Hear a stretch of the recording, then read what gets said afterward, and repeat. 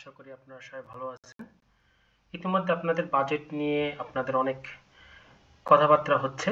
তো এখানে বাজেটের শিক্ষকদের জন্য একটু সুখবর আছে।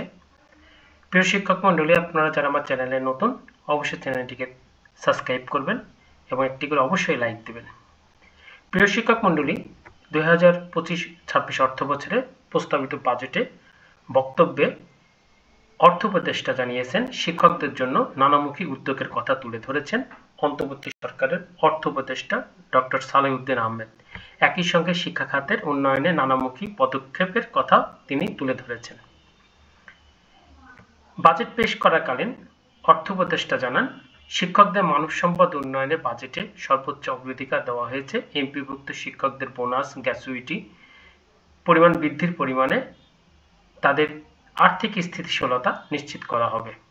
তিনি আরও বলেছেন, মাধ্যমিক উচ্চ শিক্ষা বিভাগের 26টি প্রকল্পের মাধ্যমে প্রায় ১,৯৫৭ কোটি টাকা ব্যয়ে শিক্ষা অবকাঠামো উন্নয়ন সহ নানা কার্যক্রম বাস্তবায়ন করা হচ্ছে। চলতি অর্থ বছরে মাধ্যমিক পর্যায়ে প্রায় ৫১ লক্ষ, উচ্চ মাধ্যমিকে ৮ লক্ষ, স্নাতক পর্যায়ে ১,৬৫,০০০ অসচ্ছল মেধাবী শিক্ষার্থীকে উপবৃত্তি দেওয়া হয়েছে। তিনি বলেছেন, 2025-26 অর্থ বছরে মাধ্যমিক উচ্চ শিক্ষায় বরাদ্দ প্রস্তাব রাখা হয়েছে ৪৭,৫৬৩ কোটি টাকা, যা আগের বছরের তুলনায় ৪৪,১০৮ কোটি টাকা থেকে বাড়ানো হয়েছে। এর মাধ্যমে শিক্ষকদের দক্ষতা উন্নয়ন ও তাদের আর্থিক সুবিধা বৃদ্ধিতে আরও কাজ করার সম্ভাবনা বলে আশা করছি। উপদেষ্টা আরও বলেন, শিক্ষা ব্যবস্থা আধুনিক ও যুগোপযোগী গড়ে তোলার জন্য বিভিন্ন পরিকল্পনা গ্রহণ করা হচ্ছে। শিক্ষকদের প্রণোদনা বাড়ানো, প্রশিক্ষণ কার্যক্রম চালুর মাধ্যমে দেশের শিক্ষা ব্যবস্থা আরও উন্নত ও গতিশীল হবে বলে তিনি প্রত্যাশা করছেন।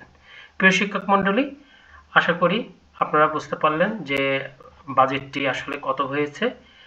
এই বাজেটে আগের চাইতে ৪৪,১০৮ কোটি টাকার থেকে বাড়ানো হয়েছে এবং দেখা যাক এখন কতটা কার্যকারী হয়।